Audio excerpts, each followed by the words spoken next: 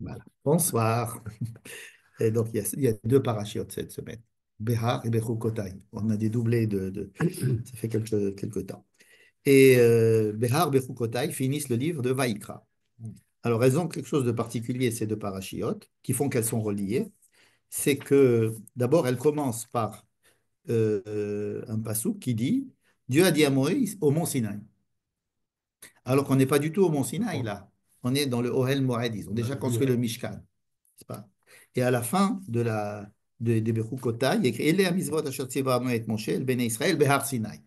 Donc c'est vraiment comme si c'était deux parenthèses qui ferment la parenthèse pour dire que tout ça s'est passé au mont Sinaï. Alors dans ce cas-là, pourquoi c'est écrit ici? Probablement parce que, on avait déjà dit ça une année précédente, dans l'alliance qui a été faite au Sinaï, il y a plusieurs éléments qui sont indispensables à une alliance. Il y a un tekes, c'est-à-dire il y a une cérémonie avec, euh, où les gens acceptent de rentrer dans l'alliance. Il y a le contenu de l'alliance, n'est-ce pas? Et il y a les termes si on enfreint l'alliance. Tout contrat est comme ça, hein. C'est-à-dire que si on ne fait pas l'alliance, voilà ce qui arrive. Donc il y a trois termes toujours dans les alliances. On voit exactement la même chose lorsqu'ils vont rentrer en Israël et qu'il y a la Brit, Arvot, Moab. Là-bas aussi, il y a tous ces caractéristiques. Mais chez nous, dans l'alliance de Sinaï, il y avait donc un tekes, il y avait donc cette cérémonie où Moïse monte, il dit au monde au peuple d'Israël, est-ce que vous acceptez? Oui, on accepte. Naaseh benishma. Ensuite, il fait des misbéar, c'est après un autel, il fait des sacrifices, il prend une partie du sang, il le verse il le jette vers le peuple, etc. Mais il manquait ce contrat. Et si vous faites pas. Où est-ce qu'il manque ça? Dans le livre de Brit Shemot, Sinaï. dans le parachat de Yitro, Mishpatim, etc., il n'y a pas. Or, c'est évident que ces choses-là, c'est ça, ce sont nos deux parachiotes. Nos deux parachiotes, elles ont été prises de là-bas. Elles ont été coupées et collées ici. Et ça, c'est la fin de l'alliance, puisque dans notre paracha, surtout dans la deuxième paracha de Oui, parce que je veux dire, Bechukotai, dans Behar, il n'y a pas tellement. non, mais dans la paracha de Bechukotai, il y a si vous acceptez mon alliance, si vous observez mes commandements, alors je vous donnerai A, B, C, D, etc., toutes les bénédictions. Et si vous ne respectez pas mon alliance, alors il vous arrivera ça et ça et ça et ça. Ça, c'est la paracha de Bechukotai. Donc, cette paracha-là correspond exactement à ce qui nous manquait dans le livre d'Exode, dans Shemot, et qui parlait de l'alliance. D'accord? Donc, la question, il nous reste alors pourquoi est-ce que ça a été coupé là-bas et mis ici? Probablement pour faire rentrer tout le livre de Vaïkra à l'intérieur de cette alliance, même si elle n'a pas été dit au Mont Sinaï, mais dans le Ohel Moed. Et aussi pour nous, parce qu'il y a une continuation de sens et de sujets traités dans le livre de Vaïkra qui continuent dans ces deux parachiotes Behar Bechukotai. D'accord? C'est-à-dire qu'elles continuent, Behar Bechukotai continue à parler de sujets qu'il y avait dans Vaïkra. Donc, elles sont en principe, chronologiquement, elles font partie du livre de Shemot, là où il y avait l'alliance du Sinaï avec les 10 commandements, etc. Mais pour faire rentrer tout le livre de Vaïkra, qui est le livre qui nous enseigne la sainteté, tout ça, et il va continuer, cette sainteté va continuer dans la paracha de Behar, et ça a été mis à la fin de Vaïkra. Et donc, on a une grande alliance, en fait. Et donc, tout ce qui a été dit au peuple d'Israël a toujours été mis dans une alliance. C'est-à-dire qu'il y a dans le livre de Shemot une liste de mitzvot qui font partie de l'alliance du Sinaï.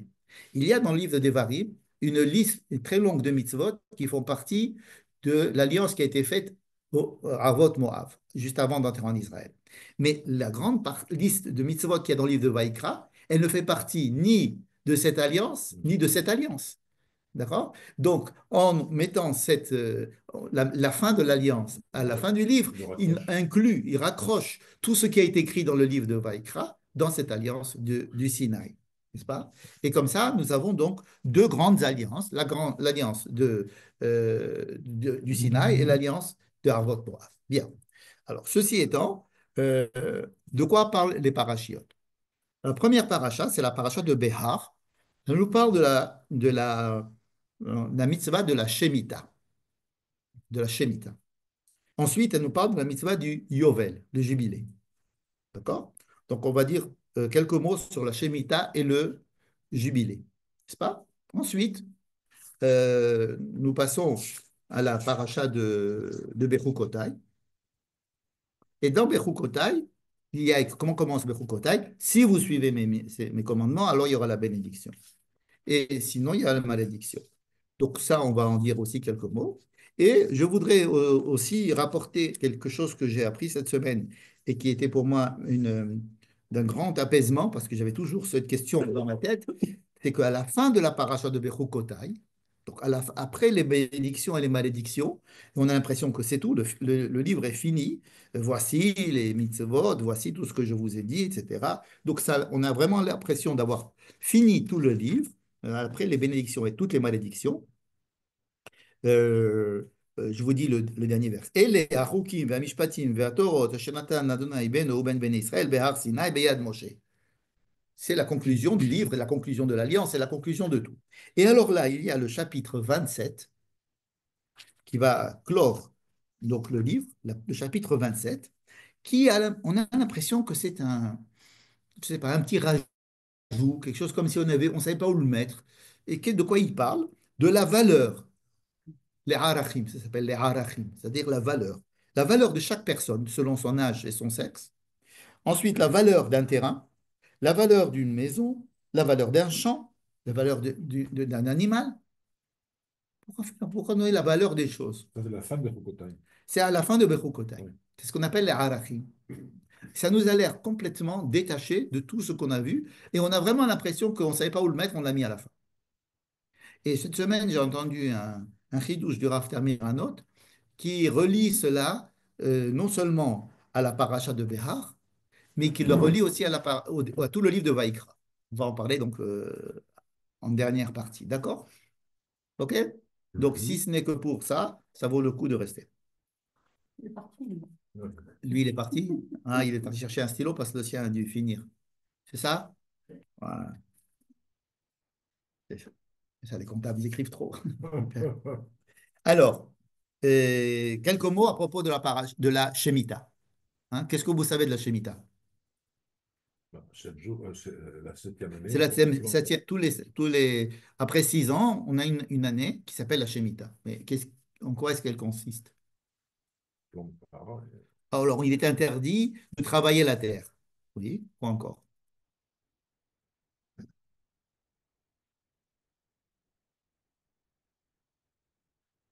Il y a aussi Shemitah Ksafim, ça veut dire que théoriquement, on devrait cesser de demander l'argent qu'on nous doit. On en parle. Non, c'est pas Pas ici. dans notre paracha, dans le débat, mais on en parle. On va en parler. Mais, ok. Attends, c'est pas Mais, là au Yovel qui fait le Prosboul et tout? Le Prosboul, c'est ah, quoi? Le Prosboul, non, non, c'est la Shemitah. c'est pour la Shemitah déjà. Ouais, ouais. Mais Euh, quand vous êtes israélien, vous vivez en Israël, comment cela impacte votre vie, la Shemitah? Puisqu'on n'est pas des agriculteurs, comment est-ce que ça impacte votre vie d'être en Israël, la Shemitah? quand on boit du vin de 2022, il faut faire attention de ne pas perdre la petite goutte. Notre jardin. Ne pas perdre la petite goutte du vin. Oui. Le jardin. Et du jardin, tu le laisses tranquille, tu le travailles pas. Oui. OK. Quoi encore? C'est que quand on va au supermarché, on fait attention de savoir qu'ils ont fait attention à la Shemitah. Alors, il y a plusieurs moyens Attention, c'est la Shemitah tout le temps. la Shemitah. Pendant l'année, la Shemitah Alors, sera. comment est-ce que c'est vécu en Israël? Les fruits de la Shemitah sont considérés comme impropres à la consommation. Oui, oui. Enfin, par la vente, pas la consommation. Tu as tout à fait raison. Mais je dis comment est-ce que c'est perçu en général.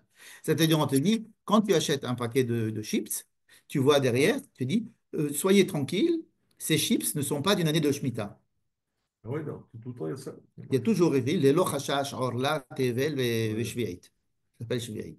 D'accord? La septième année. Bon. Or, comme nous allons le voir, la Shemitah, Ce n'est absolument pas tout ça. Et pourquoi? Parce que pendant 2000 ans, et même plus, nous avons été exilés, et la loi de la Shemitah étant directement reliée à la présence du peuple d'Israël sur sa terre, en dehors d'Israël, nous ne pouvions pas respecter la loi de la Shemitah. La seule chose que l'on pouvait faire, c'était que quand il y avait un fruit qu'on achetait qui venait d'Israël, on disait, ah non, il vient d'Israël, donc il a peut-être donné de la Shemitah, on ne peut pas le manger. Donc, c'était les premières à faire un boycott des fruits d'Israël, c'était les Juifs qui étaient, qui étaient en rousse la Haaretz et qui disaient, non, attention, les dates, peut-être c'est de la Shemitah, peut-être c'est de la Shemitah, il ne faut pas manger, c'est de la Shemitah. Donc, la Shemitah, elle est rentrée dans quelque chose qu'on connaissait tout à fait, à savoir les lois de la cacheroute. C'est-à-dire, quand tu manges un animal, il faut savoir s'il a été cachère, s'il a été abattu rituellement, etc., s'il a été cachérisé, la viande a été cachérisée, après tu peux manger. Pareil pour un fruit ou un légume qui est en Rousselarès, il n'a aucun problème. Un fruit et un légume que tu achètes en Israël, il doit avoir été, on doit prélever la dîme, on doit prélever la terouma, on doit prélever le maaser, il y a certaines lois qui le concernent, et en plus, il faut qu'il ne soit pas de la Shemitah, de l'année de la Shemitah. N'est-ce pas? Sauf si on a vendu le pays. Alors, aujourd'hui, très peu d'agriculteurs, très peu d'agriculteurs respectent les vraies lois de la Shemitah. Ils vendent la Qu'est-ce que terre. c'est que la Shemitah? Non. Alors, ça, il y a d'autres moyens. Donc, soit on respecte la Shemitah, on va voir comment. Soit, ce qu'on fait, c'est que on dit, ben, on n'est pas en Israël. C'est-à-dire, on vend la terre à des Arabes, et alors on continue à faire le truc en disant, mais c'est pas notre terre. Soit, on achète nos fruits et légumes chez les Goïms. On achète le blé en Ukraine, on achète le pétrosilia chez les Palestiniens, et puis dans ce cas-là, on n'achète rien d'Israël, n'est-ce pas? Donc ce sont des trucs pour essayer de détourner en fait le vrai sens de la Shemitah. Mais il y a de plus en plus d'agriculteurs qui respectent la Shemitah et qui, par exemple, quand tu parlais de ton vin, tu disais qu'il ne faut pas perdre une goutte de la bouteille de vin. C'est-à-dire qu'ils vont boire du vin de la Shemitah qui n'a pas été commercialisé. C'est du vin du très bon vin, mais qui n'est pas que tu n'achètes que tu achètes simplement la bouteille vide, tu n'achètes pas le vin lui-même. Et donc faut boire le vin, mais en ne perdant pas une seule goutte. C'est-à-dire en respectant beaucoup le. De quoi? De quoi?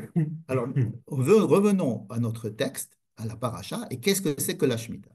La Shemitah, effectivement, nous dit, pendant 6 années, tu as le droit de considérer que la terre est un moyen de production. Non seulement elle va te permettre de vivre, de te nourrir, mais elle peut te permettre aussi d'avoir des rapports commerciaux, de vendre tes patates en échange du sel ou des soies ou des cerises de ton voisin. Et ça, c'est permis pendant 6 années.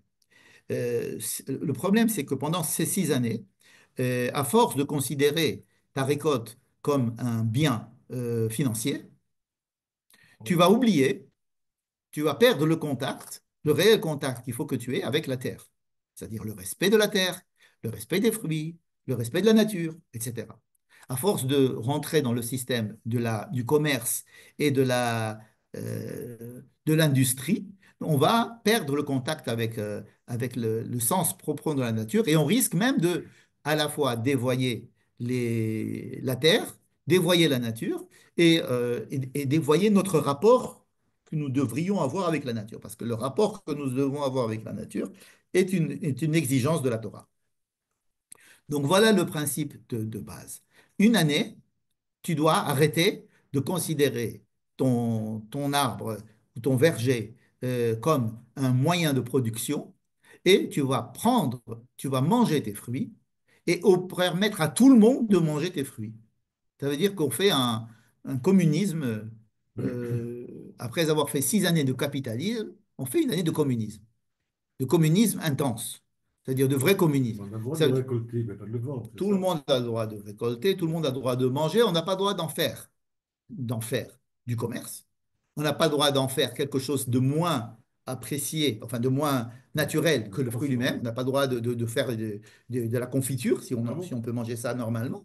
On n'a pas le droit. Alors, le raisin, on peut en faire du vin, Hmm. parce qu'il est meilleur en vin qu'en raisin. Donc, il y a une valeur ajoutée au raisin en étant du vin, n'est-ce pas? On a une valeur ajoutée dans le blé en faisant du pain. Ok. Donc, on fait du pain. Mais quand on va le manger, ce vin, ce pain, ces fruits de la Shemitah, On sait qu'ils n'ont pas été commercialisés, qu'ils n'ont pas été transformés, qu'ils n'ont pas été l'objet d'une quelconque transaction, ni d'une amélioration humaine qui en fait n'est pas une amélioration pour le fruit. Et bien alors, à ce moment-là, il faudra le manger, ce qu'on appelle bekdusha, sainteté. Donc voilà notre rapport avec le livre de Vaïkra. Il n'y a pas que nos actions, il n'y a pas que, que le Beth Amikdash, il n'y a pas que les Kohen, il n'y a pas que notre nourriture, il y a aussi notre manière de consommer. Donc, quand on va manger un fruit, c'est comme quand on boit du vin. Il ne faut pas en jeter une partie, il faut manger tout le fruit. Absolument. Quand on mange un fruit, il faut. Bon, évidemment, tu as des choses que tu ne vas pas manger dans le Non, bah, fruit. Il faut le faire avec respect. On le met en général dans un plastique, comme si, ou bien dans un papier, quelque chose comme ça, et on le dépose délicatement dans la poubelle. Mais on le dépose délicatement. C'est comme si on avait une certaine, un cavote. certain kavod vis-à-vis de la nourriture. Aujourd'hui, ce qui se passe dans le monde vis-à-vis de ce sujet-là, va tout à fait dans ce sens, le fait qu'on fasse un tri, par exemple, des déchets, et qu'on prenne les déchets et qu'on les mette tous en même temps, le compost ou des choses comme ça, montre que nous ne considérons pas les épluchures d'une banane comme un sachet en plastique. Et c'est important. C'est parce que si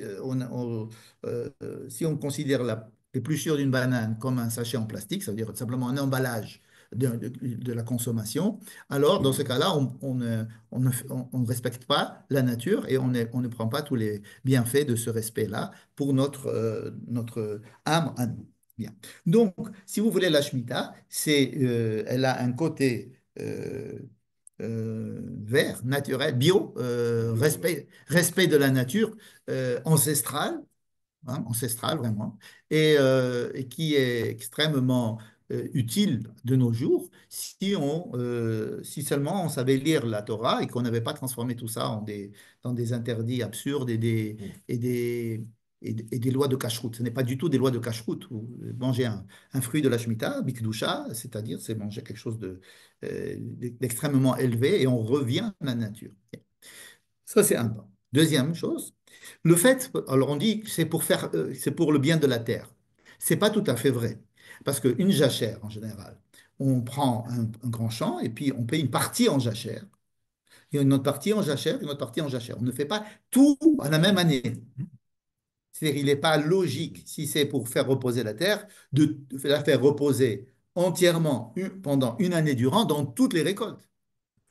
On fait reposer l'agriculteur aussi.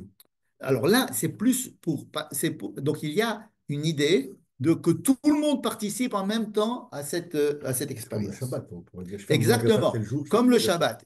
On pourrait dire, si c'est simplement un repos, que Mhm. chacun prenne un jour de repos quand ça l'arrange. Mhm. Hein. Or, le Shabbat, c'est imposé pour tout le monde à la même heure, etc. Donc, il y a ici, ce n'est pas pour le bien de la terre. Peut-être que ça a Pas aussi uniquement. quelque chose qui fait du bien à la terre. Mais le fait que ça soit fait dans une année et qu'il y a le début de l'année, la fin de l'année, avec des lois extrêmement strictes pour tout le monde qui habite en Israël, cela veut dire qu'il y a une valeur sociale aussi, une valeur nationale.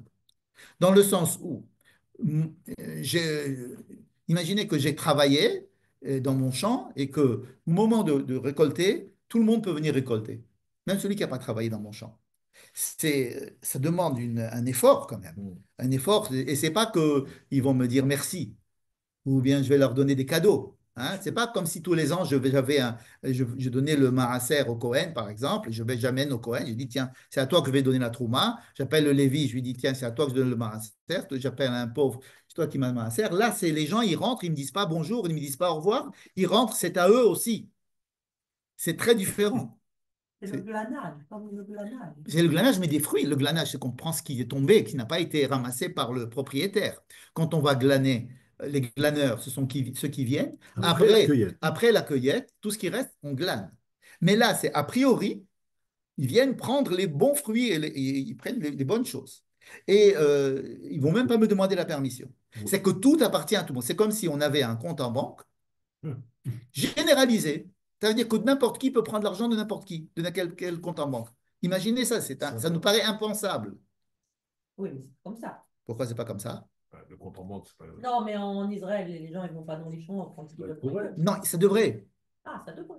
Moi, je parle de la Shemitah telle qu'on devrait aujourd'hui, elle n'est pas vécue comme ça. On n'a même pas option. Malheureusement, elle est vécue, disons, On fait une à fois, un on demi ou à un on dixième fait- de pourcent des champs, que des gens, ils respectent la Shemitah. Il y a de Jérusalem à Tel Aviv, j'avais vu, il y a un champ où il y avait écrit ici, ici le champ est Efker, vous pouvez venir vous servir, on respecte la Shemitah. Je suis un Levin. Ouais, bon, c'est à côté de là où ils font Charlie. les, l'argenterie, d'accord, les judaïka. Oui, oui, pour les beaux extrêmes. Ouais. En tous les cas, ça existe. Et il y a des coopératives qui font ça, etc. Bref. Mais essayons de voir l'esprit de la chose. Donc, C'est-à-dire un, ceux-là, ils ne vendent pas leur terre aux Arabes. non. Ah non, on Ah. cultive pas Il non dit, plus. c'est ma terre, voilà, j'ouvre, je fais la Shemitah, j'ouvre. Voilà, j'ai ramassé pendant mes 6 années, j'ai travaillé. Je sais que ça va me permettre de vivre le 7e année. Ben, il y a aussi dans l'éducation nationale, au bout de 7 ans, les professeurs, ils ont le droit, au bout de 6 ans, ils ont le droit de prendre une année sabbatique, hein, et c'est payé aux frais de l'éducation nationale et ils font ce qu'ils veulent. Ils vont En étudier. France aussi, je crois. Je ne sais pas, je ne connais pas. Je sais qu'ici, ça existe. Dans tous les cas, c'est comme ça que c'est l'esprit et la lettre de la loi, c'est ça.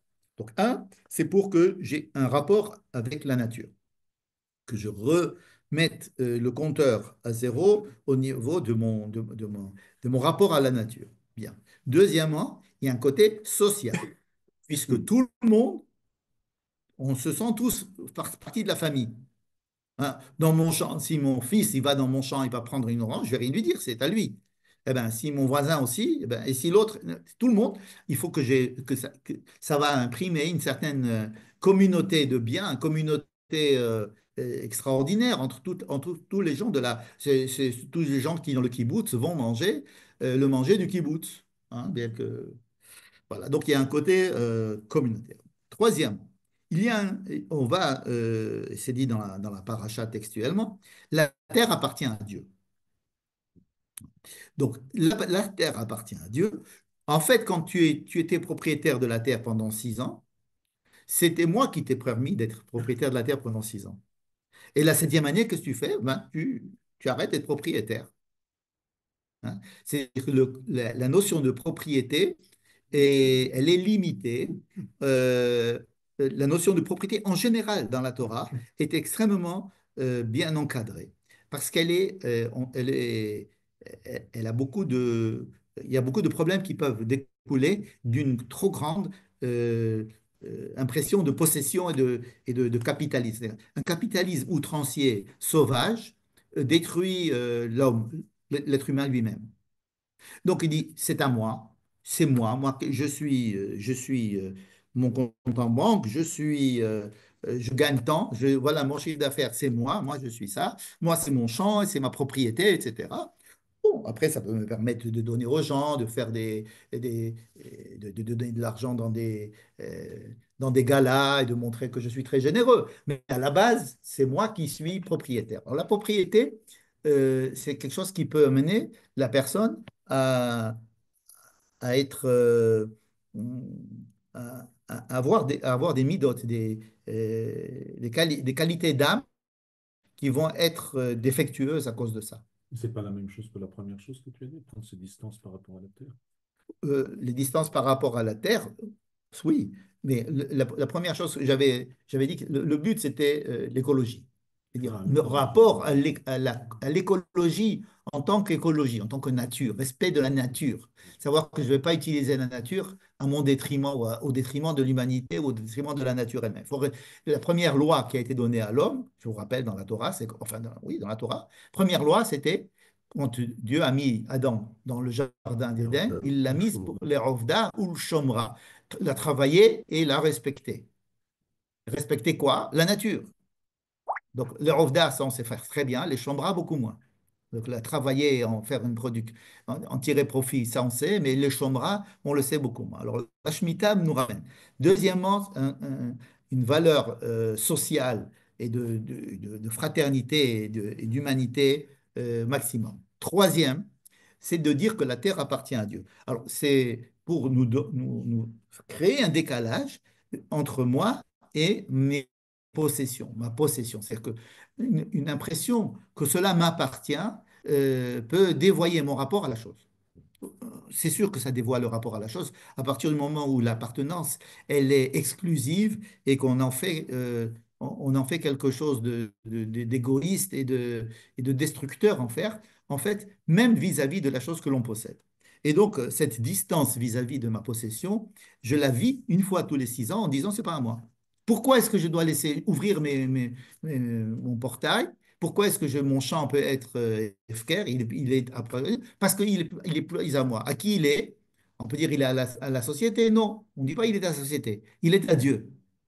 Il est à Dieu. Et comme Dieu, on ne sait pas ce que c'est, donc c'est encore mieux que la société. Ça veut dire que c'est quelque chose qui me... Parce que la société, c'est quand même un petit peu à moi. Là, c'est pas à moi, c'est pas à toi. C'est fini. On va voler Dieu. Ouais. Si je vais... On va voler Dieu quand on va prendre les fruits comme ça. Tout le monde va venir, on va prendre les fruits et on va le voler. Non, parce que c'est Dieu qui dit, étant donné que c'est à moi, cette année-là, je donne à tout le monde. Il est large. Voilà. C'est-à-dire que ça appartient à tout le monde, ça appartient à Dieu, et donc ça appartient à tout le monde.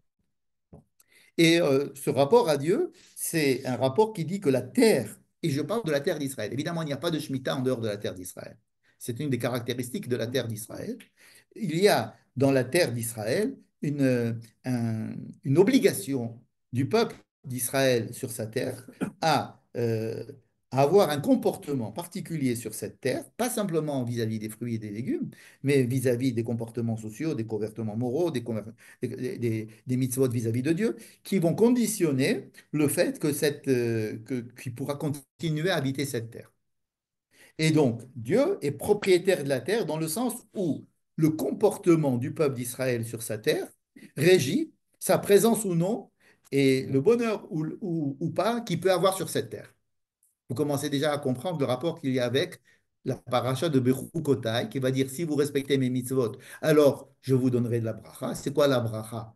La bracha, c'est que votre terre va donner des fruits et que vous n'aurez pas d'ennemis qui viendront vous embêter et que vous pourrez tranquillement dormir dans vos maisons et vous aurez des enfants et puis vous pourrez jouir du plaisir de vivre sur cette terre, etc. Ça, c'est la bénédiction, n'est-ce pas? Et l'une des choses qui conditionne ces bénédictions, c'est justement ce rapport de la Shemitah à la terre, c'est-à-dire un rapport où je pense, j'admets que la terre ne m'appartient pas, mais qu'elle appartient à Dieu. N'est-ce pas? Donc, un rapport entre moi et la terre, moi et la nature, moi et la société, et moi et Dieu. D'accord? Donc, il y a ici une triple vocation à la Shemitah, n'est-ce pas? Triple vocation à la Shemitah. Et ces trois triples vocations à la Shemitah sont écrites dans le texte, n'est-ce pas? Qu'il y a Haaretz Shabbat l'Adonai, Ve'haïta haaretz lachem le'ochla. Le but de la Shemitah, c'est que vous mangiez la Shemitah. Évidemment que le but de la Shemitah, c'est de manger. C'est pas que le but de la Shemitah, c'est de ne pas manger. Aujourd'hui, on dit attention, c'est de la Shemitah, il ne faut pas le manger. C'est tout à fait dévoyer le sens de la loi, de la Torah. Et maintenant, qu'est-ce qui a été fait en attendant qu'on puisse faire la Shemitah correctement? Il y a des gens qui ont trouvé des solutions. Par exemple, vendre la terre à des goyim pendant cette année-là, ça rappelle un petit peu la vente du Hametz à Pessah pour des gens qui ont des grosses quantités de Hametz et qui ne peuvent pas etc. Mais on sait bien que c'est très difficile à mettre en place. Surtout que ceux qui sont en principe euh, euh, chargés de la mettre en place ne la comprennent pas. Vous voyez ce que je veux dire? Donc, c'est pas la rabbanout qui s'occupe de ça. Ben oui, mais la rabbanoute aujourd'hui, elle est dirigée par des gens qui n'acceptent, qui ne veulent pas, se confronter à l'esprit et au texte même de la Torah et qui continuent à concevoir cette notion de Shemitah comme elle a été conçue en dehors d'Israël pendant les 2000 années, puisqu'on vit un judaïsme d'exil. Hein. C'est un judaïsme d'exil qui continue à fonctionner en Israël. Alors, en exil, qu'est-ce qui se passait à la Shemitah? Chaque fois que quelque chose arrivait d'Israël, on disait attention, peut-être que c'est une année de Shemitah, il faut faire attention aux dates d'Israël, si elles sont de la Shemitah, peut-être qu'il ne faut pas les manger, etc. D'accord? Et ça a été importé en Israël. Et aujourd'hui, c'est une catastrophe ce qui se passe dans la Shemitah. Et politiquement, c'est traduit par des accords de coalition. Voilà. On leur donne ce qu'ils veulent et puis on a certaines personnes dans le gouvernement, etc. Donc les gens qui ne savent pas ce que c'est que la Shemitah et continuent de ne pas savoir ce que c'est, pour eux, la Shemitah, c'est simplement une ligne de plus en chaque fois qu'on achète un paquet de chips. C'est tout. Et des histoires avec de coalitions pour savoir si on va acheter du blé d'Ukraine ou des États-Unis ou des trucs comme ça. Et, euh, et les gens qui sont censés s'occuper de ça, ne s'occupe pas de ça. Alors, il y a très, très, très peu de gens qui s'occupent de ça. Mais la première chose, à mon avis, c'est d'abord de comprendre, d'étudier, de comprendre le sens des choses. Parce que je suis sûr qu'un chiloni, c'est-à-dire quelqu'un qui veut pas être religieux, mais qui comprend le sens de la Shemitah, mais c'est comment ça s'appelle? C'est le projet de n'importe quel parti politique vert. C'est même un parti d'extrême vert. Parce que ça va très loin, ce que l'on demande de faire dans la Shemitah, par rapport à notre rapport à la nature. Bon. Et donc, je comprends beaucoup les Chachamim qui, pendant les 2000 années d'exil, nous ont demandé de continuer à faire certaines mitzvot, parce que quand vous rentrez en Israël, vous les aurez oubliées. Et bien voilà une qu'on a oubliée, c'est la Shemitah. La Shemitah, on l'a complètement oubliée. On n'a pas oublié, on l'a déformé. Non, on l'a transformé en intermédiaire et ça c'est rare. Oui, non, le Rav Kook, qu'est-ce qu'il a dit? Il a dit on a un pays. Pour qu'on continue à manger tranquillement et qu'on puisse continuer à faire. Parce que le type, il va aller au supermarché acheter ses tomates. Il ne veut pas aller dans le champ, dans la rava pour aller acheter de prendre des tomates du champ. Donc, il a besoin de quelqu'un en face de boulot. Or, ce type-là, il peut faire du fric. Oh, et donc, ces gens-là, ils achètent des tomates comme d'habitude, etc. Et sinon, tu as tout le système des supermarchés, des machins, qui devraient intégrer ça dans leur manière de fonctionner pour tous les années. Cette année de Shemitah, ça ne se prépare pas à la Shemitah, ça se prépare des années avant. C'est comme Shabbat. C'est pas que quand arrive Shabbat qu'on va commencer à dire, ben, tiens, qu'est-ce qu'on fait, c'est Shabbat. C'est que Shabbat, on a préparé pendant toute la semaine, on a fait le marché, on a cuisiné, etc., pour arriver à Shabbat. Si on arrive à Shabbat et qu'on dit, oui, bah alors, qu'est-ce qu'on va faire? Ah bien, on est obligé d'aller manger chez des goy. Alors, on va manger chez des goy. Pourquoi? Parce qu'on ne peut pas cuisiner. Alors quoi? On va manger chez des goy? Mais non, tu prépares à manger avant, t'organises, et puis de Shabbat devient le centre même de ta semaine. Bien que Shabbat, tu ne vas pas travailler. Comment je vais faire si je n'ouvre pas mon magasin Shabbat? Ben, tu vas travailler un peu plus les jours de la semaine, etc. Donc, il y a une organisation qui commence par d'abord une compréhension des choses, et que les politiciens ne laissent pas ça à certains partis politiques de s'en occuper de façon catastrophique. Et alors, peut-être qu'on aura une chance de l'appliquer. Puisque je suis sûr que 90% des Israéliens sont prêts à ce que l'on fasse des efforts pour un retour à la nature et un respect de la nature et revenir à des choses qui soient respectueuses de la nature et qui arrêtent ce système économique d'être sans arrêt là en train de nous écraser. Bien. Donc ça, c'est les lois de la Shemitah. Et Dieu, dans la Torah, conditionne notre présence sur la terre d'Israël par le respect de la Shemitah. C'est-à-dire que ce n'est pas On respecte toutes les mitzvot. non, la Shemitah elle-même. Pratique. Il y a écrit, il y a écrit que si on ne fait pas la Shemitah, la terre nous renvoie pour pouvoir faire elle-même sa Shemitah. C'est-à-dire, par exemple, le premier exil, à la fin de destruction du premier temple, on est parti à Babel, ça a duré 70 ans, parce que c'était 70 fois Ah oui. 7 ans qu'on n'a pas fait la Shemitah pendant le premier temple. Donc on a dit, ben, vous allez repartir toutes les années que vous n'avez pas fait la Shemitah, et ben, ce nombre d'années, vous allez partir en exil et vous reviendrez, on est revenu 70 ans après. Et la terre va faire sa Shemitah toute seule comme s'il y avait un rapport presque personnalisé de la terre avec le peuple d'Israël et le peuple d'Israël avec la terre. Donc ça, c'est ce qu'on pouvait dire, ce qu'on peut dire ce soir, après nos informations, à propos comme ils disent à la télé. C'est ce qu'on pouvait dire ce soir à ce sujet. J'ai jamais aimé cette phrase. C'est ce qu'on pouvait dire ce soir. C'est ce que toi, c'est toi ce que tu as dit, toi. C'est ce qu'on peut dire. On peut dire beaucoup plus de choses que ce que tu as dit. Enfin bref, voilà. Donc ça, c'est la paracha de Ber.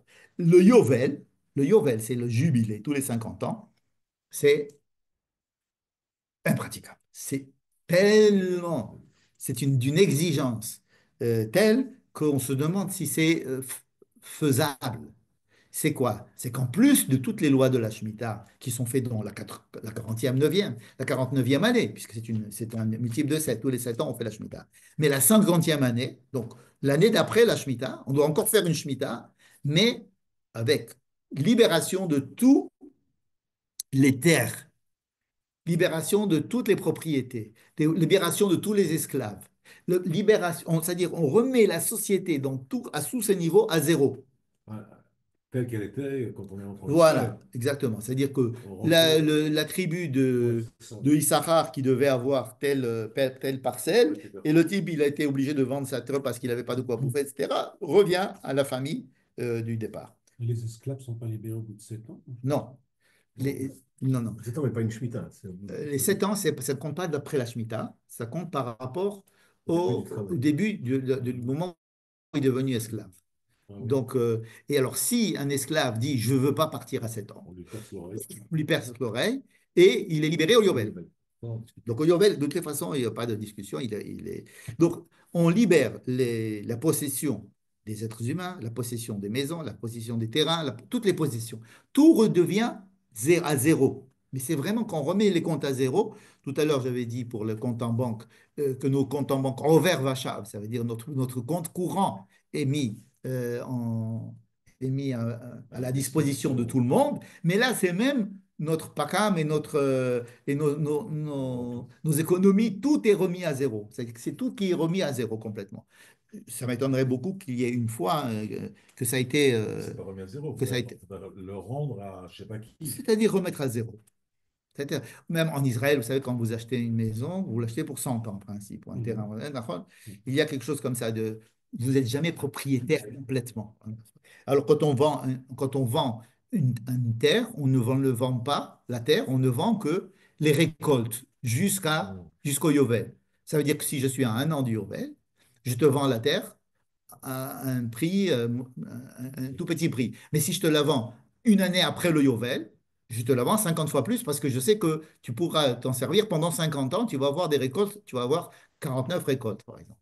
N'est-ce pas? Alors que, donc, on ne vend pas la terre, on ne vend que le produit du travail.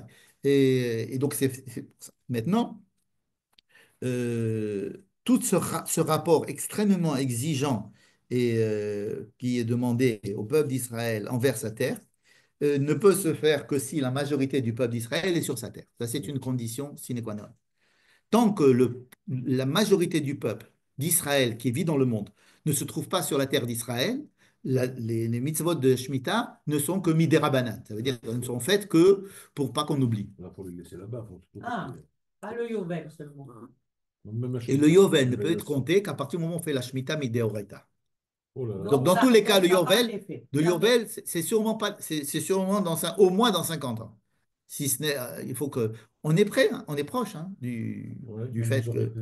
de la majorité, mais on n'est pas encore à la majorité. Aujourd'hui, Et il y aura des ça dépend problèmes comment. terribles pour définir qui est juif et qu'est-ce que c'est que le peuple juif. Donc, il reste Parce là. que, alors que ben, ce sont les vrais problèmes à résoudre, en fait. Parce que l'une des conséquences du respect de la Shemitah, c'est que nous n'ayons pas de guerre, que nos ennemis nous laissent tranquilles. Hein, c'est pas demain la veille, mais si on veut s'attaquer au problème de fond, il faudrait comprendre que c'est un problème intérieur.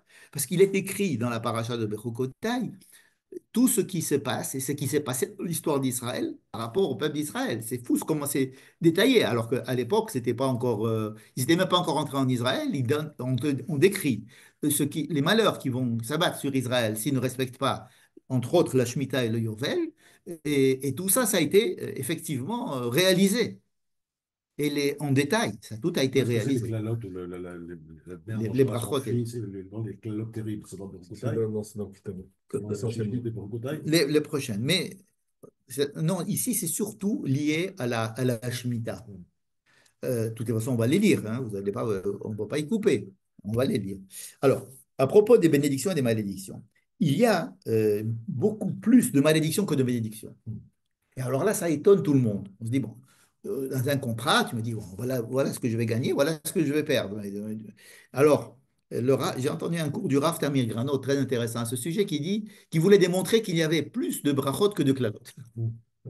Déjà, je pense que le fait qu'il y ait plus de klalotes que de brachot, ça veut dire que comment on appelle, le reka de la bracha. Tu as besoin de donner toutes les klalotes, ça veut dire qu'a priori, il y a la bracha. D'accord. Hein. Ça veut Exactement. dire, plus il y a de klalotes, en fait, plus il y a de bracha. Alors, absolument. Il y a quelque chose de très particulier dans la paracha de Bechukotai à propos des klalot, c'est-à-dire des malédictions, c'est-à-dire des conséquences. Dieu, il dit, a priori, je vous donne les brachot. Brachot très, très belles. Comme je l'ai dit tout à l'heure, c'est la terre, c'est les fruits, c'est l'abondance, c'est la sécurité, c'est le fait qu'on soit en paix, etc. Et dont un truc qui est Va'olech Rotrem Komemiyut. On va dire deux mots tout à l'heure. D'accord? C'est la dernière phrase des brachot. Va'olech Rotrem Komemiyut. D'accord? Bon. Ve'im lo tishmeuli, il y a quatre étapes. Il y a une série. Alors, si vous n'écoutez pas mes commandements et que vous commencez à ne plus être ce que j'attends de vous en tant que peuple d'Israël, alors je vous donnerai la famine, je vous ferai ça, je vous ferai ça, je vous ferai ça. Et si vous continuez à ne pas écouter mes commandements, alors une autre série de malédictions qui va taper des pans différents de la société. Il y a en général les guerres, il y a les famines, il y a les maladies, et il y a le kherev, des vers, oui, des maladies, kherev, des vers, raav, et j'ai oublié le quatrième. Enfin bref, pas la peine de s'en rappeler. Alors, un, deux, trois, et si c'est non, alors je vous donnerai le quatrième. Et si malgré la quatrième, vous ne voulez pas, alors là, Dehors, dehors. dehors, exactement dehors, c'est-à-dire l'exil. Israël, vous devez sortir du pays. Le pays n'appartiendra à personne, c'est-à-dire que ce restera un pays désert, désolé. Tous les autres pays du monde vont fleurir, sauf cette terre-là qui attendra votre retour un jour. Ça veut dire qu'il n'y a pas ici de je pars, on divorce et je me remarie. Non. C'est on divorce, on se quitte jusqu'à ce que tu acceptes de revenir. C'est très différent. Quelles sont les conditions Par exemple, la chrétienté est née de l'axiome que Dieu a divorcé du peuple d'Israël et donc il a pris un autre peuple qui est le peuple chrétien qui va remplacer le peuple d'Israël qui n'a pas respecté les lois du mariage. C'est comme ça qu'est né le christianisme, n'est-ce pas? Or, ce qui est dit ici, ce n'est pas ça du tout. C'est dire, on se sépare, vous quittez la terre, mais la terre, elle va rester, elle va vous attendre, elle va être incultivable, elle va être pleine de marais, elle va être un désertique. Personne n'arrivera à la faire fleurir, cette terre, jusqu'à ce que vous reveniez, quand vous Qui c'est reviendrez. qui décide quand on va Zema revenir? Shekara ou Zema Sheikre? Zema Sheikre, c'est ce qui va se Ah, passer. et c'est Zema Shekara. Shekara. Et c'est ce qui s'est passé. C'est pour ça que c'est une prophétie. C'est pour ça que c'est une prophétie qui sort. Que quoi? Il n'y aura plus d'exil. Tout le monde dit qu'il n'y aura plus d'exil. Oui, principe. Enfin, Non. bon, c'est prévu comme ça. Mais bon, c'est comme quand un enfant naît, on dit qu'il va être Zéakatan, Gadoli. Hein. Bon, en principe, il y a des prophéties qui disent que c'est le dernier, qu'il n'y aura pas d'autre exil. Bon. Mais ce qui s'est passé au retour d'Israël, retour du peuple d'Israël sur sa terre, l'un euh, des principales preuves du retour d'Israël sur sa terre et que c'était voulu par Dieu, c'est que la terre a refleuri. Et que l'un des soucis, les premiers soucis du peuple, ça a été de faire refleurir la terre et refleurir le désert. Et qu'avant, il n'y avait personne qui habitait là. Et ben, il y a personne. C'est Dieu qui a ramené le peuple juif sur la Le terre. peuple a décidé que c'était, Dieu a décidé que c'était fini l'exil et qu'on revient. Dieu a décidé que c'était fini l'exil et qu'il fallait revenir. Qui c'est qui a décidé ça? C'est trois grands rabbins du siècle avant-dernier.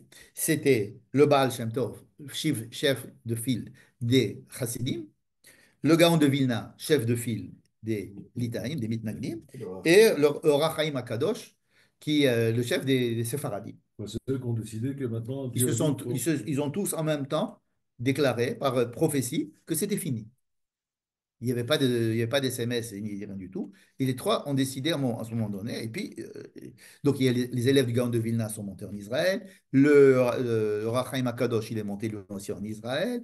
Le Baal Shem Tov a essayé de venir, il n'a pas réussi, bon, pour des raisons. Mais c'était à ce moment-là que l'exil était fini. Et il y a eu un certain retard qui a entraîné comme on sait, des petits malheurs. Ce qui fait que la preuve du retour d'Israël sur sa terre, c'est que d'abord, personne n'a réussi à habiter sur cette terre et la faire fleurir. Ils ont tous essayé, ils n'arrivent pas. Hein. Il n'y a que quand le peuple d'Israël est revenu sur sa terre que alors les Arabes sont venus habiter. Là, on a eu les statistiques. Il y avait très peu d'Arabes qui habitaient ici avant. Très peu. Hein. C'est quand les Juifs ont commencé à fabriquer le yishuv et alors ils avaient du boulot, ils ont commencé à faire fleur, ils avaient besoin de, alors là, les Arabes, ils sont arrivés de tous les pays, ils se sont, ça a fait refleurir le pays et refleurir aussi l'économie locale et donc ça a apporté du boulot et puis c'est comme ça euh, que ça a amené tout ce pays à fleurir. Hein. À mon avis, un des arguments que l'on peut donner aux Arabes en leur disant si vous voulez qu'on aille à la mer, ok. Mais alors sachez qu'on ne vous donne pas quelques années pour que tout redevienne. Ils s'en foutent, la vérité, ils s'en foutent. Ils sont là pour nous détruire et ils s'en foutent. Enfin bref, dans le Bechukotai, il est écrit noir sur blanc la terre vous rejettera, c'est la cinquième étape. Là où c'est la terre vous. Et puis elle attendra. Elle attendra que vous reveniez peut-être un jour. Et puis quand vous reviendrez, on verra. Mais alors, le fait qu'il y ait plusieurs étapes, cela veut dire que, comme a dit Daniel, à la base, il y a la bracha. Et les klalot, c'est-à-dire les malédictions, ne sont là que pour faire prendre conscience au peuple qu'il est en train de dévier de sa véritable mission sur la terre. C'est tout, ce n'est pas des punitions, c'est des avertissements. On peut les appeler ça comme des avertissements. Ce ne sont pas du tout des punitions qu'on appelle les malédictions. Les conséquences. Des conséquences de... Voilà, exactement. C'est, voilà, je t'engage pour un boulot, tu fais pas ton boulot, bon, je serai obligé de sévir, mais bon, je te donne encore une chance, et puis si ça marche pas, j'ai encore une chance, et puis après, bon, je te fous à la porte. Bon, ça veut dire qu'il y a ici une graduation des signes pour que le peuple revienne sur ses agissements. Euh, Ça s'est passé à peu près de cette manière. Dans le livre de Shoftim, par exemple, nous voyons que le peuple dévie complètement de sa route. Dieu lui envoie des ennemis, ben, ça ne manque pas autour. Hein. Il a installé des ennemis tout autour pour à chaque fois. Il appuie sur un bouton, paf, le peuple se redresse, on est sauvé des ennemis et tout va bien pendant 40 ans. Et ensuite, ça recommence. Et hop, un autre ennemi, et hop, ça revient pendant 40 ans. C'est tout le livre de Shoftim qui décrit cet état de fait. Et bon, quand on lit la paracha de Bechukotai et ses malédictions, ce qui est le plus, c'est difficile à lire, très difficile à lire, c'est parce qu'on sait, d'abord parce que ça s'est passé. C'est-à-dire que ce ne sont pas des prophéties qui ne se sont pas réalisées. C'est exactement ce que le peuple juif a vécu. D'accord? Et on voit que les étapes aussi ont été respectées. On vous donne ça et puis vous ne comprenez pas. On vous donne ça et vous ne comprenez pas. Et l'histoire de la Shemitah et du Yovel qu'on a décrit tout à l'heure, c'est capital. C'est capital. C'est le seul mitzvot qu'on ne peut pas réaliser. C'est ça qui est incroyable. C'est pas du tout, ça ne veut pas dire du tout que c'est des mitzvot qu'on ne peut pas réaliser. D'abord, il faut d'abord les comprendre. Il faut d'abord les comprendre, connaître leur sens profond, avoir, à partir de là, créer une volonté politique, une volonté nationale. Quand on a décidé qu'il ne fallait pas jeter les bouteilles de plastique dans la poubelle, qu'il fallait les mettre dans une poubelle, ça a pris du temps. Il a fallu montrer des films avec du plastique dans les océans et des poissons, quand on les ouvrait, on trouvait des... Et ça prend du temps. Et ça, c'est au Lamy, c'est pas fini. Mais c'est Olami, mais c'est la même chose, c'est exactement la même chose. C'est mondial, mais on voit bien qu'une transformation de ce genre, c'est-à-dire si on est écologiste il y a 300 ans, on va dire mais c'est impossible. Oui, on fait pas tellement d'efforts pour Mais on en a quand même fait. Il y a des réunions, on essaye de faire de... Il y a une conscience, on a commencé à avoir une certaine conscience. Ça ne va pas assez vite, ça ne va pas assez loin, mais il y a quand même une conscience qui est prise. On ne peut pas dire que non. Et comment faire prendre conscience aux gens, c'est la chose la plus difficile. Alors là, la paracha de Bechukotai, est-ce que c'est une paracha, c'est-à-dire les malédictions, ce qu'on appelle les malédictions, est-ce que c'est une paracha de prise de conscience? C'est très possible. C'est-à-dire, faites gaffe, pour prendre conscience, il ne faut pas on n'envoie pas des lettres ou des prospectus, on ne montre pas des films à la Torah. On fait qu'il n'y a pas de pluie, qu'il y a des ennemis qui viennent nous taper et que la terre ne donne pas ses fruits, etc. C'est ce qu'on dit dans le schéma Israël. On le dit tous les matins, tous les soirs dans le schéma Israël. Bien. Je voudrais revenir, avant de passer à la dernière partie, à la phrase qui finit les bénédictions. Ani Adonai Elohechem asher hoceti etchem me'eretz Misraim lihyot lachem avadim. Donc je vais te sortir d'Égypte pour que vous ne soyez pas des esclaves. Vaishbor motot ulechem.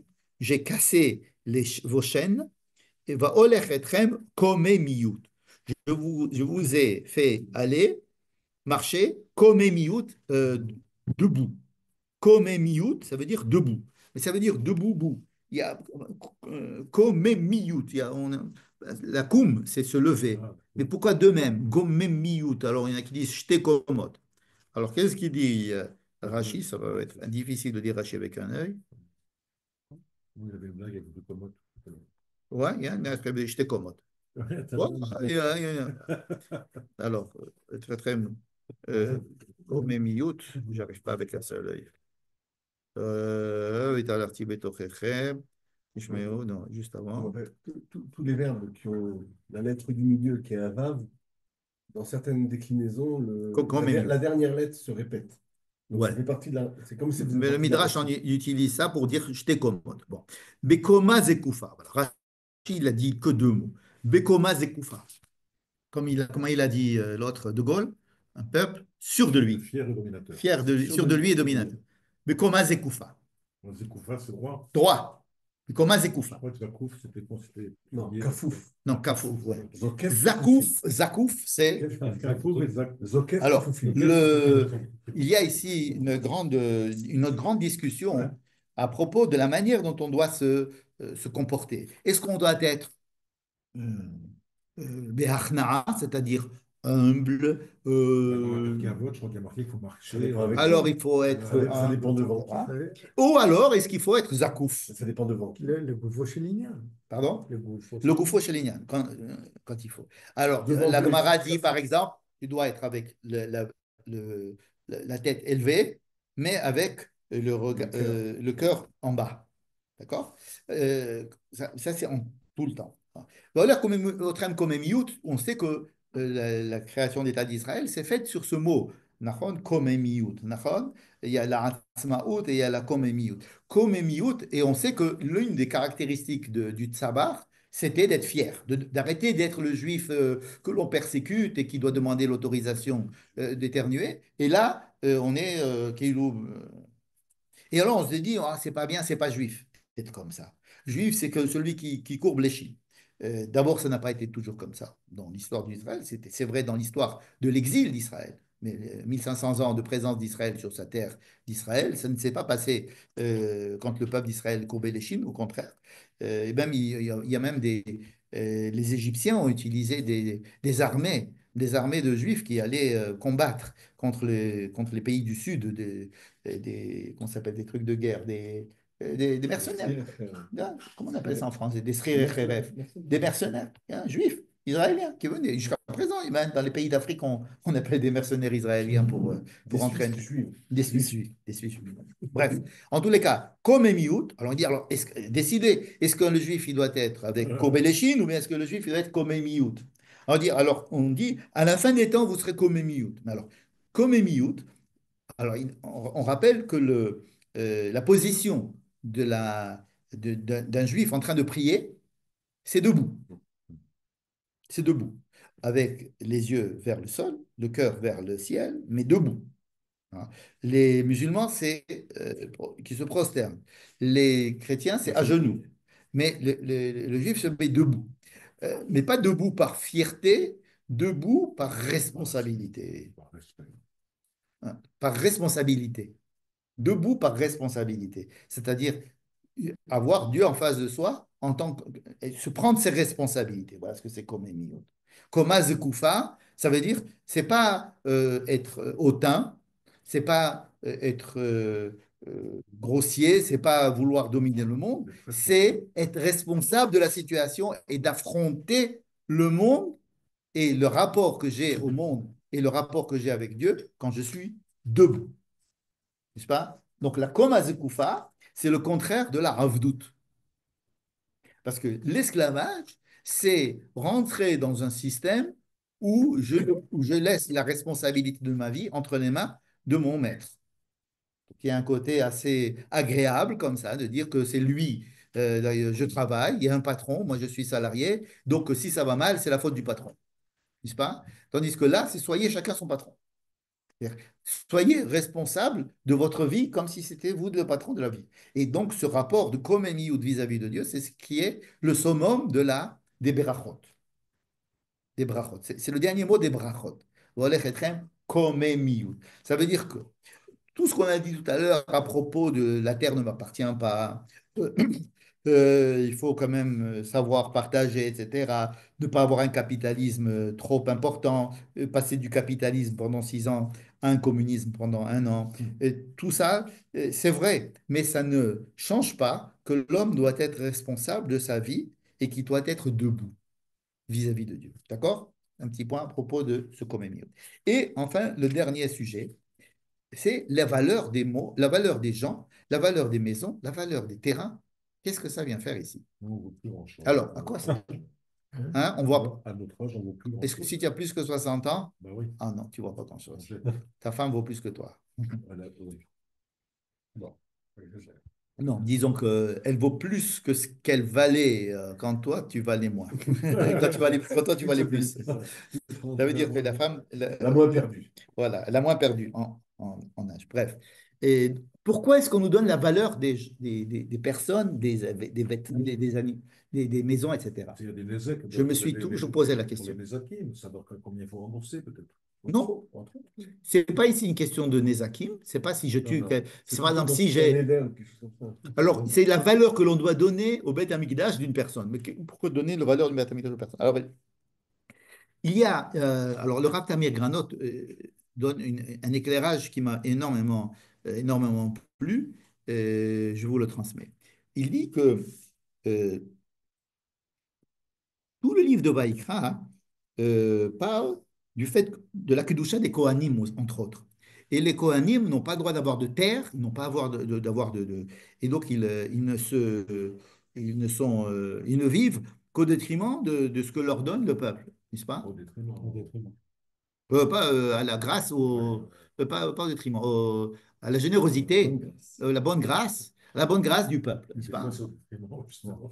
Et on a vu au début de la paracha de Béhar, hein, que l'homme ne doit pas se considérer propriétaire. D'accord? Or, en l'ancien temps, les Cohen étaient ceux qui s'enrichissaient le plus. On le voit bien en Égypte, par exemple, ils étaient propriétaires terriens beaucoup plus que les autres, hein, les Cohen égyptiens, n'est-ce pas? Ah, Les prêtres égyptiens, les Oh. Cohen. Et tout ce que les gens donnaient, ils le donnaient au Cohen, et le Cohen s'enrichissait. C'est-à-dire les gens, ils offraient des choses. Tu parles des juifs ou des... Des Juifs. Non, Non, non. les autres peuples. Les Tous les, Égyptiens, eh ben, pas que les Égyptiens, tous les Assyriens, toutes les civilisations que nous connaissons, ils, les prêtres avaient le pouvoir grâce au fait que toutes les offrandes étaient données aux prêtres, les offrandes à les Dieu. chrétiens. Les offrandes à Dieu. Le Vatican est assez riche grâce à ça. C'est-à-dire que faire un don à Dieu, c'était donner aux prêtres, n'est-ce pas? Or là, il est interdit de donner aux prêtres. Et alors, je vais lui donner quand même. Je lui donne de Attends, l'argent. ma sœur, on donne à qui? Non, là, ça, c'est la trouma, on la donne au Cohen. Ça, c'est quand C'est pas ça qui va l'enrichir. ça ne va pas l'enrichir, Ça le va le trouma. nourrir. C'est pour qu'il puisse manger. La trouma, Tout le peuple, si tout le peuple donne la trouma à chacun oui, mais son- combien c'est la Mais c'est trouma? pas son Kohanim. C'est rien la trauma, c'est même pas 1% de la récolte, c'est pas vraiment pas grand-chose. Et par contre, on n'a pas le droit de leur donner une maison, on n'a pas le droit de leur donner un terrain, on n'a pas le droit de leur donner des esclaves. Alors, mais le type, il veut le donner. Je veux donner. Je veux donner. Hein, parce qu'il y a un élan comme ça. Je veux donner. Tu donnes la valeur. Et La ce ne sera valeur pas au de- Cohen, ce sera au Beth La valeur de Amikdash. quoi? La valeur, tu veux donner ta maison. Tu veux donner, offrir une maison au Cohen. Ah, la valeur de Interdit de donner une maison au Cohen, tu donnes de la valeur au Beth Amikdash. Et le l'argent. Beth Amikdash, il achètera avec ça Non, des mais- korbanot. mais Beth pourquoi, Akabaï. pourquoi donner on veut jamais donner au Cohen, même chez les goïms, on ne veut pas donner au Cohen, on veut Si. donner au Mikdash, et c'est Et le c'est le Cohen Cohen qui qui se le l'accapare. prend. Exactement. Là, tu veux donner au Mikdash, et tu donnes au Mikdash, c'est pas le Cohen. Oui, mais tu ne donnes pas une maison au Mikdash. Non, Parce que d'accord. si tu donnes une maison au Mikdash, si tu donnes ma maison, elle est au Mikdash, Encore, il va y avoir, Et quand encore que dans la paracha de on ne donne que la valeur. quand on donne une vache ou quand on Alors, les affiche- animaux, les animaux, c'est parce qu'on a alors, besoin quand des on animaux. affiche un objet, une table, machin, Le Hekdesh. le Alors qu'est-ce qu'on fait? on donne l'objet. On le traduit en argent. On traduit en argent. Ça Qu'est-ce que sert tu de- veux qu'il fasse le Beth Amikdash avec Eh ben, il le ton vend. salon Louis XVI? Hein, qu'est-ce Le qu'il va vend, faire avec? il le Hein? vend. Tu vas le Voilà. toi, tu vas le vendre. Toi, tu vas le vendre, tu vas donner de Tu vas lui donner l'argent. l'argent. On n'accepte pas de prendre des objets. C'est On quand tu n'accepte fais quand tu pocket auto. Ben, c'est ça. C'est comme ça qu'on te demande de faire. Non, Si tu le pocket, non, si tu es mafkiroto. C'est-à-dire que si tu le pidion. Pidion. Alors c'est ça. Alors si tu veux faire le pidion de ce que tu as voulu envoyer, quand on te dit combien ça coûte. Oui, mais si tu ne fais pas le pidion, tu as le droit de donner ton fauteuil Alors tu dis, au temple. tu dis maintenant il est Ekdesh, mais tu peux rien faire. Le temple, il peut rien en faire. Qu'est-ce que tu veux qu'il fasse Il le vend. Alors, comment il va le vendre? Il y a ici, La valeur. il y a le barème. Les barèmes ici, c'est pour transformer tout en argent au cas où on voudrait donner, pour ne pas qu'il y ait de propriété foncière ou des objets qui vont automatiquement venir dans la possession des Cohen. Les Cohen, ils vont prendre le pouvoir avec cet argent. Combien ça vaut un fauteuil Louis XVI? Il y a marqué. Non, ça coûte 160 shekels. Ah, ok. Alors, et donc, c'est directement en rapport avec la paracha de Béhar, dans le sens où dans le Yovel et dans la Shemitah, surtout dans le Yovel, on demande aux personnes d'être dépossédées de leur kinyanim, en tous les cas de sentir qu'ils sont dépossédés de leurs biens et que ces biens-là ne leur appartiennent pas. Alors là, la fin, c'est pour dire qu'au Kohanim, c'est-à-dire à tous ceux qui tournent autour du Beth Amikdash, de ne pas être en possession de biens. De la même manière que dans Béhar, c'est les citoyens qui, une fois tous les 50 ans, doivent rentrer. Ici, c'est tout le temps. On interdit aux Cohen d'être possesseurs d'esclaves, de maisons et de terrains. Ça, c'est le rapport qu'il y a avec Arachim, avec la partie de Béhar. Mais c'est en rapport aussi avec le début de Vaïkra. Le début de Vaïkra, c'est que la fin de Vaïkra, le début de Vaïkra, rappelez-vous, c'était quoi? Adam qui a pris Mikem Korban Adonai.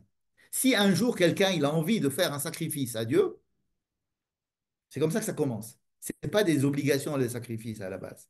Si quelqu'un il a envie de faire un sacrifice, pourquoi? Parce qu'à l'époque, c'était comme ça qu'on exprimait notre amour de Dieu, ou notre volonté de remercier, etc.